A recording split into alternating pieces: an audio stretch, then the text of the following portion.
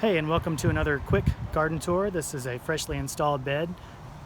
We just finished planting it minutes ago, and I'll point out all of the plants and you can give me your thoughts in the comments. Alright, here's a quick overview first. So put some lamb's ear here on the end, as well as an iris. I put in a lot of these coneflowers, so throughout this border you'll see them. One Amsonia hubrecti, put in a Russian sage, a couple little clusters of Coreopsis. Shasta daisy, there was already one existing, so I added two more clumps, which will add good repetition.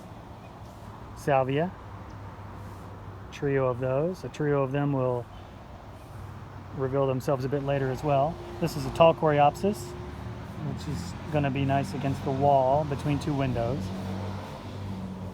Sedum, there's another one of the Shastas I mentioned, and three more coneflowers.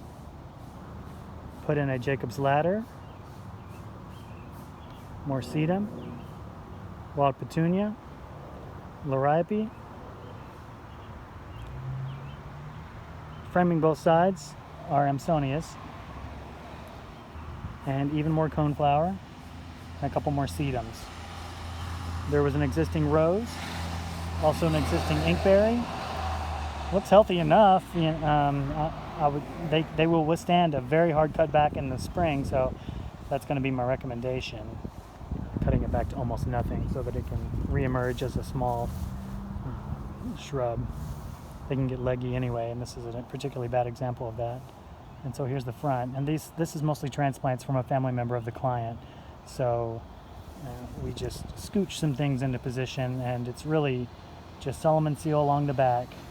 There were some existing hostas, so we did a bunch of hosta divisions that were here on site.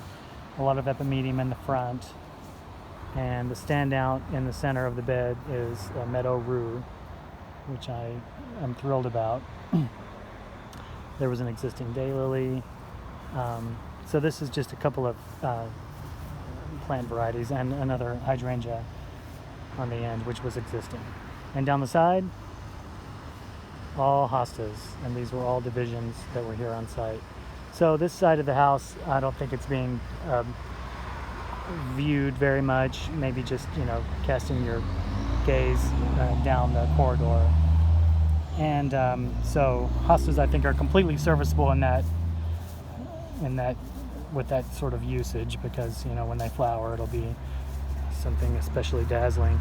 But anyway, another walkthrough going the opposite direction, and in the coming months and years maybe I'll revisit this bed and give an update once things fill in. I'm especially excited about these amazing dazzling coneflowers, a beautiful color.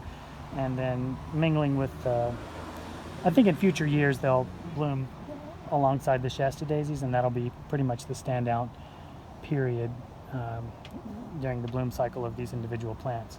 So anyway, thanks again for coming along with me on a garden tour, and I hope you enjoyed it, and catch you next time.